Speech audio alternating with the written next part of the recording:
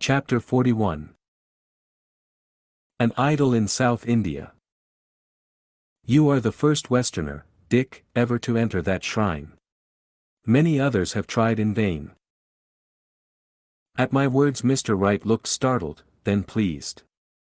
We had just left the beautiful Chamundi temple in the hills overlooking Mysore in southern India.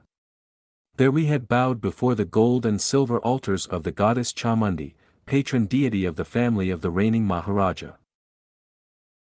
As a souvenir of the unique honor, Mr. Wright said, carefully stowing away a few blessed rose petals, I will always preserve this flower, sprinkled by the priest with rose water.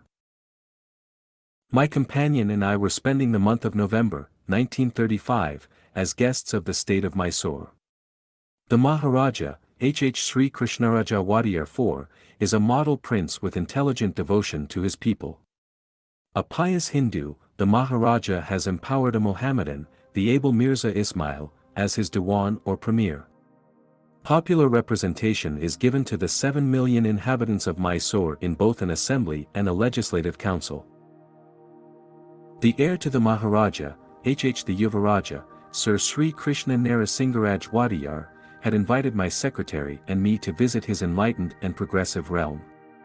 During the past fortnight I had addressed thousands of Mysore citizens and students at the town hall, the Maharaja's College, the University Medical School, and 3 mass meetings in Bangalore, at the National High School, the Intermediate College, and the Chetty Town Hall where over 3,000 persons had assembled. Whether the eager listeners had been able to credit the glowing picture I drew of America, I know not, but the applause had always been loudest when I spoke of the mutual benefits that could flow from exchange of the best features in East and West. Mr. Wright and I were now relaxing in the tropical peace. His travel diary gives the following account of his impressions of Mysore. Brilliantly green rice fields, varied by tasseled sugar cane patches, nestle at the protective foot of rocky hills dotting the emerald panorama like excrescences of black stone, and the play of colors is enhanced by the sudden and dramatic disappearance of the sun as it seeks rest behind the solemn hills. Many rapturous moments have been spent in gazing, almost absent-mindedly, at the ever-changing canvas of God stretched across the firmament, for his touch alone is able to produce colors that vibrate with the freshness of life. That youth of colors is lost when man tries to imitate with mere pigments, for the Lord resorts to a more simple and effective medium, oils that are neither oils nor pigments, but mere rays of light.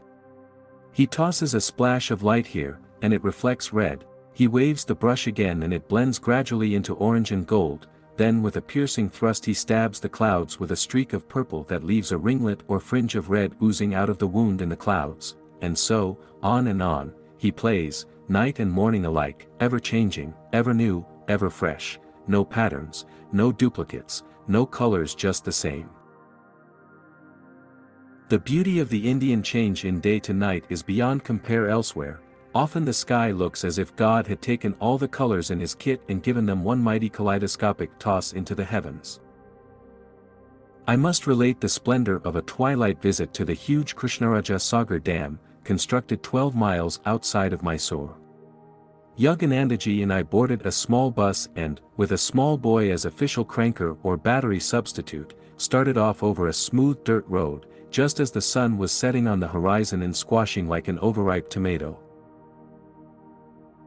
Our journey led past the omnipresent square rice fields, through a line of comforting banyan trees, in between a grove of towering coconut palms, with vegetation nearly as thick as in a jungle, and finally, approaching the crest of a hill, we came face to face with an immense artificial lake, reflecting the stars and fringe of palms and other trees, surrounded by lovely terraced gardens and a row of electric lights on the brink of the dam, and below it our eyes met a dazzling spectacle of colored beams playing on geyser-like fountains, like so many streams of brilliant ink pouring forth gorgeously blue waterfalls, arresting red cataracts, green and yellow sprays, elephants spouting water, a miniature of the Chicago World's Fair, and yet modernly outstanding in this ancient land of paddy fields and simple people, who have given us such a loving welcome that I fear it will take more than my strength to bring Yoganandaji back to America.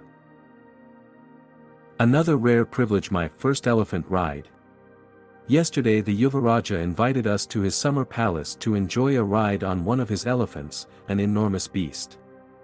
I mounted a ladder provided to climb aloft to the howdah or saddle, which is silk-cushioned and box-like, and then for a rolling, tossing, swaying, and heaving down into a gully, too much thrilled to worry or exclaim, but hanging on for dear life.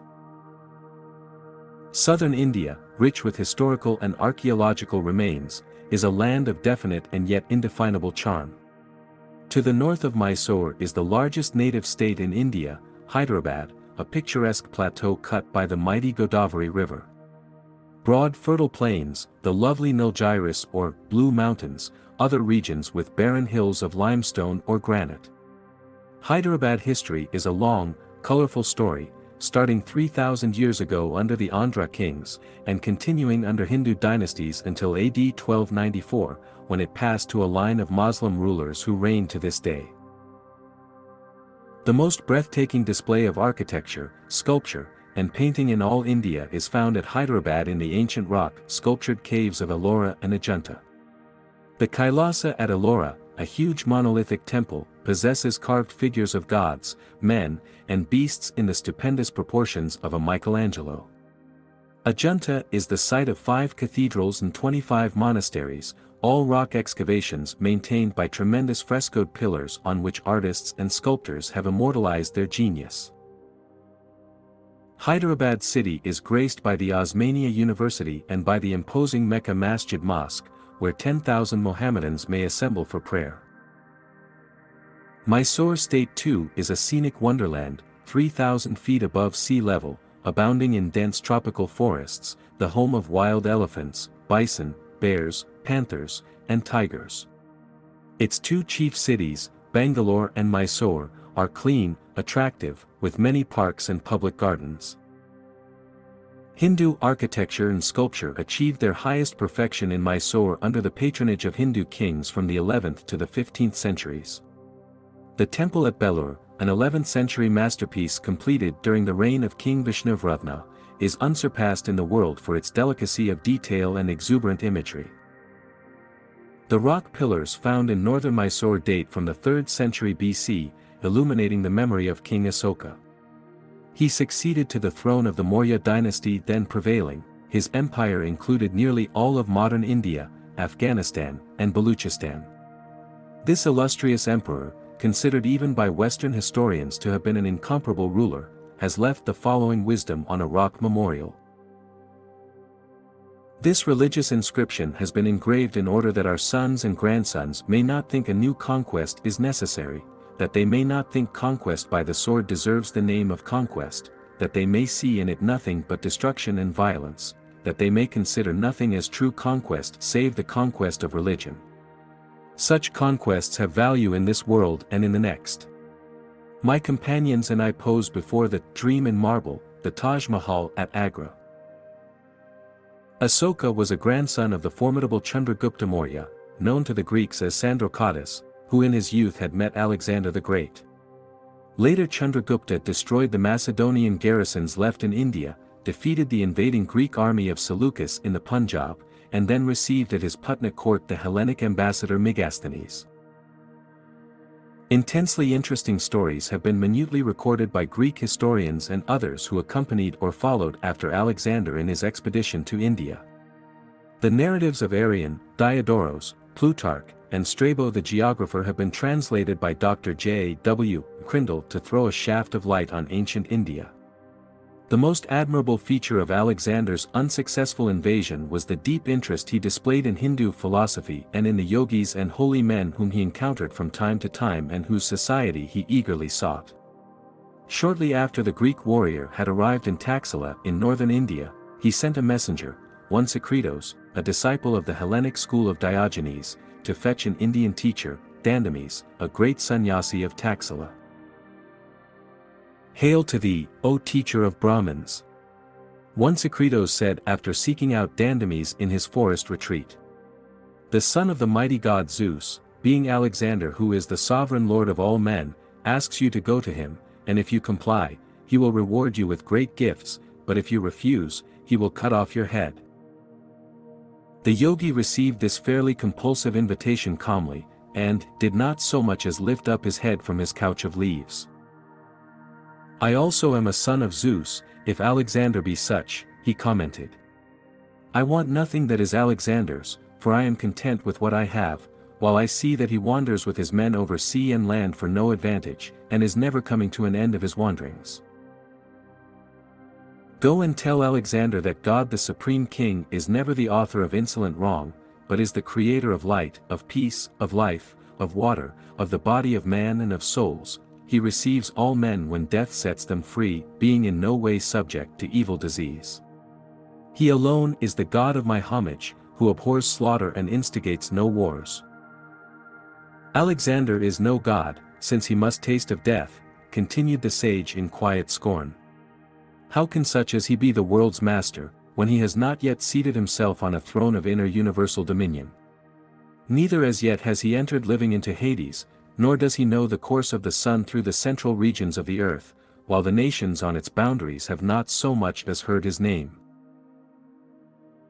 After this chastisement, surely the most caustic ever sent to assault the ears of the Lord of the world, the sage added ironically, "If Alexander's present dominions be not capacious enough for his desires, let him cross the Ganges river, there he will find a region able to sustain all his men, if the country on this side be too narrow to hold him. Know this, however, that what Alexander offers and the gifts he promises are things to me utterly useless.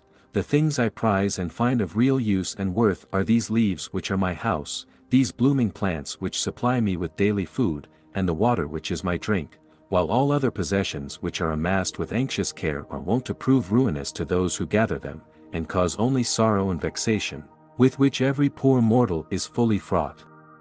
As for me, I lie upon the forest leaves, and having nothing which requires guarding, close my eyes in tranquil slumber, whereas had I anything to guard, that would banish sleep. The earth supplies me with everything, even as a mother her child with milk. I go wherever I please, and there are no cares with which I am forced to cumber myself. Should Alexander cut off my head, he cannot also destroy my soul. My head alone, then silent, will remain, leaving the body like a torn garment upon the earth, whence also it was taken. I then, becoming spirit, shall ascend to my God, who enclosed us all in flesh and left us upon earth to prove whether, when here below, we shall live obedient to his ordinances, and who also will require of us all, when we depart hence to his presence, an account of our life, since he is judge of all proud wrongdoing, for the groans of the oppressed become the punishment of the oppressor.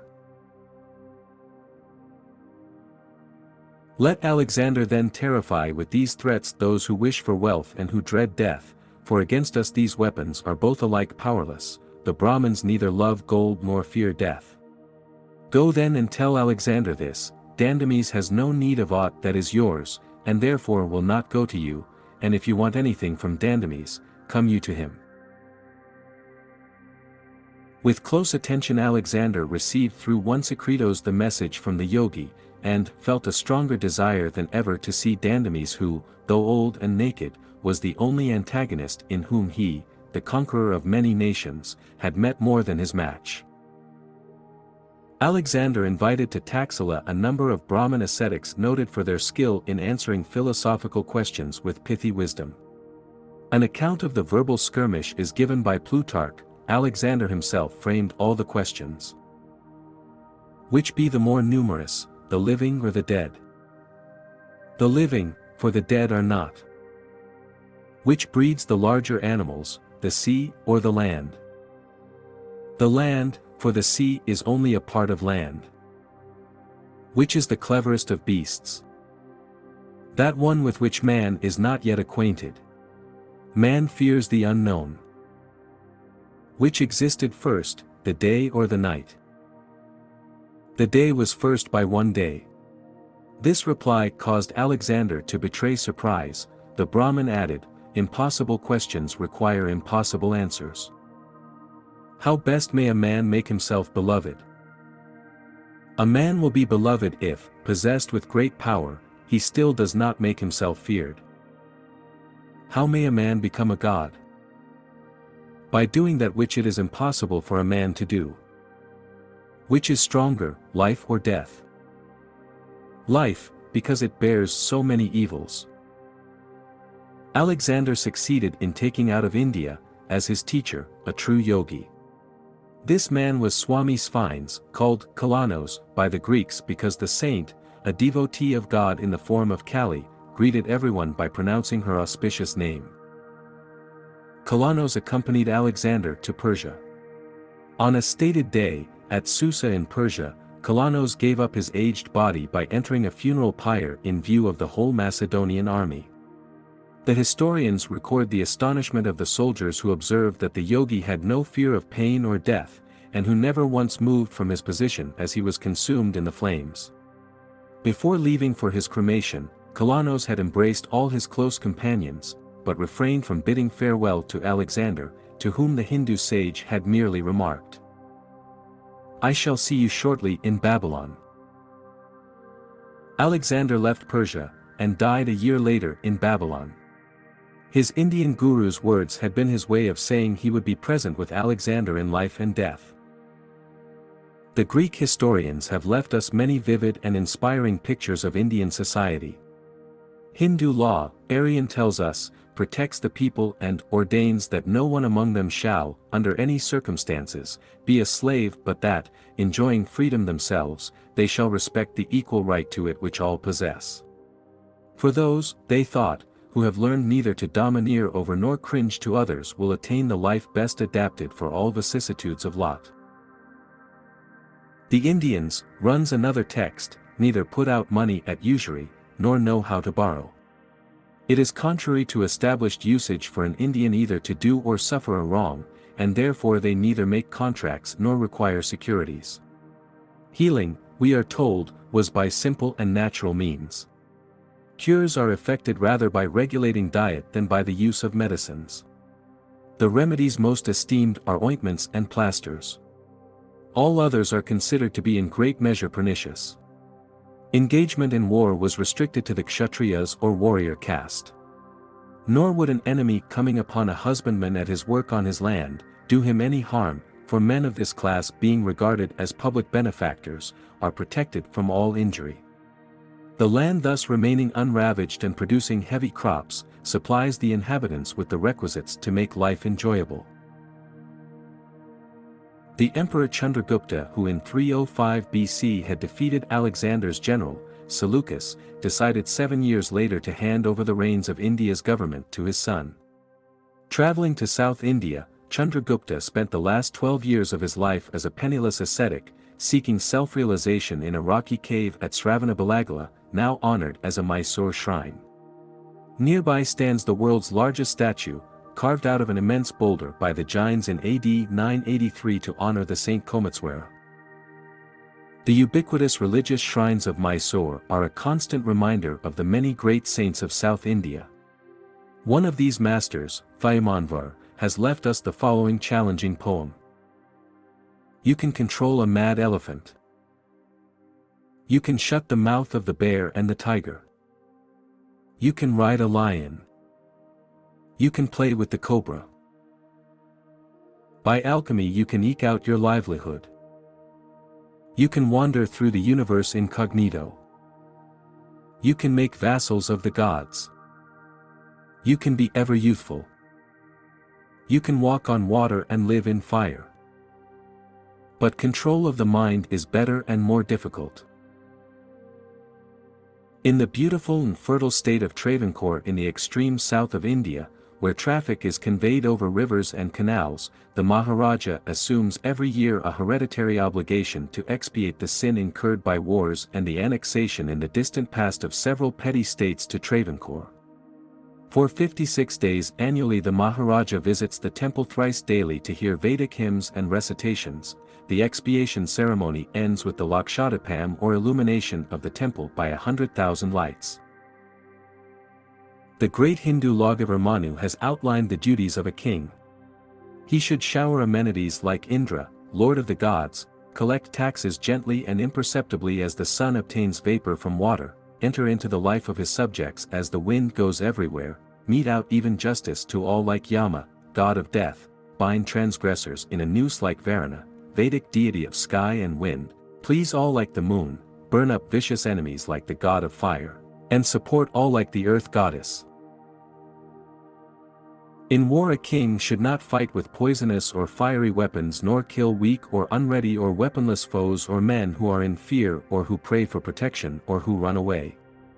War should be resorted to only as a last resort. Results are always doubtful in war.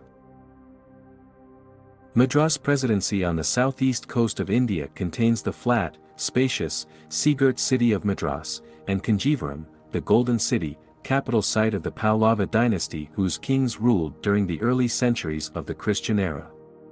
In modern Madras Presidency the non-violent ideals of Mahatma Gandhi have made great headway. The white distinguishing Gandhi caps are seen everywhere. In the south generally the Mahatma has effected many important temple reforms for untouchables as well as caste system reforms. The origin of the caste system, formulated by the great legislator Manu, was admirable. He saw clearly that men are distinguished by natural evolution into four great classes: those capable of offering service to society through their bodily labor, Sudras; those who serve through mentality, skill, agriculture, trade, commerce, business life in general, Vaishyas; those whose talents are administrative, executive, and protective rulers and warriors, Kshatriyas; those of contemplative nature, spiritually inspired and inspiring, Brahmins. Neither birth nor sacraments nor study nor ancestry can decide whether a person is twice born, i.e., a Brahmin, the Mahabharata declares; character and conduct only can decide. Manu instructed society to show respect to its members insofar as they possessed wisdom, virtue, age, kinship or, lastly, wealth. Riches in Vedic India were always despised if they were hoarded or unavailable for charitable purposes. Ungenerous men of great wealth were assigned a low rank in society. Serious evils arose when the caste system became hardened through the centuries into a hereditary halter. Social reformers like Gandhi and the members of very numerous societies in India today are making slow but sure progress in restoring the ancient values of caste, based solely on natural qualification and not on birth. Every nation on earth has its own distinctive misery-producing karma to deal with and remove. India, too, with her versatile and invulnerable spirit, shall prove herself equal to the task of caste reformation. So entrancing is southern India that Mr. Right and I yearn to prolong our idyll. But time, in its immemorial rudeness, dealt us no courteous extensions. I was scheduled soon to address the concluding session of the Indian Philosophical Congress at Calcutta University. At the end of the visit to Mysore, I enjoyed a talk with Sir C.V. Raman, President of the Indian Academy of Sciences. This brilliant Hindu physicist was awarded the Nobel Prize in 1930 for his important discovery in the diffusion of light, the Raman effect, now known to every schoolboy. Waving a reluctant farewell to a crowd of Madras students and friends, Mr. Right and I set out for the north. On the way we stopped before a little shrine sacred to the memory of Sadasiva Brahman, in whose 18th-century life story miracles cluster thickly. A larger Sadasiva shrine at Mysore, erected by the Raja of Pudukkottai, is a pilgrimage spot which has witnessed numerous divine healings. Many quaint stories of Sadasiva, a lovable and fully illumined master, are still current among the South Indian villagers. Immersed one day in samadhi on the bank of the Kaveri river, Sadasiva was seen to be carried away by a sudden flood.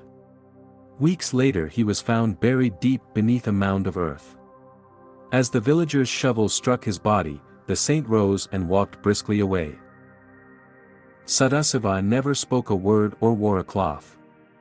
One morning the nude yogi unceremoniously entered the tent of a Mohammedan chieftain. His ladies screamed in alarm. The warrior dealt a savage sword thrust at Sadasiva, whose arm was severed. The master departed unconcernedly. Overcome by remorse, the Mohammedan picked up the arm from the floor and followed Sadasiva. The yogi quietly inserted his arm into the bleeding stump. When the warrior humbly asked for some spiritual instruction, Sadasiva wrote with his finger on the sands. "Do not do what you want, and then you may do what you like." The Mohammedan was uplifted to an exalted state of mind, and understood the saint's paradoxical advice to be a guide to soul freedom through mastery of the ego. The village children once expressed a desire in Sadasiva's presence to see the Madura religious festival, 150 miles away. The yogi indicated to the little ones that they should touch his body. Lo! Instantly the whole group was transported to Madura. The children wandered happily among the thousands of pilgrims. In a few hours the yogi brought his small charges home by his simple mode of transportation.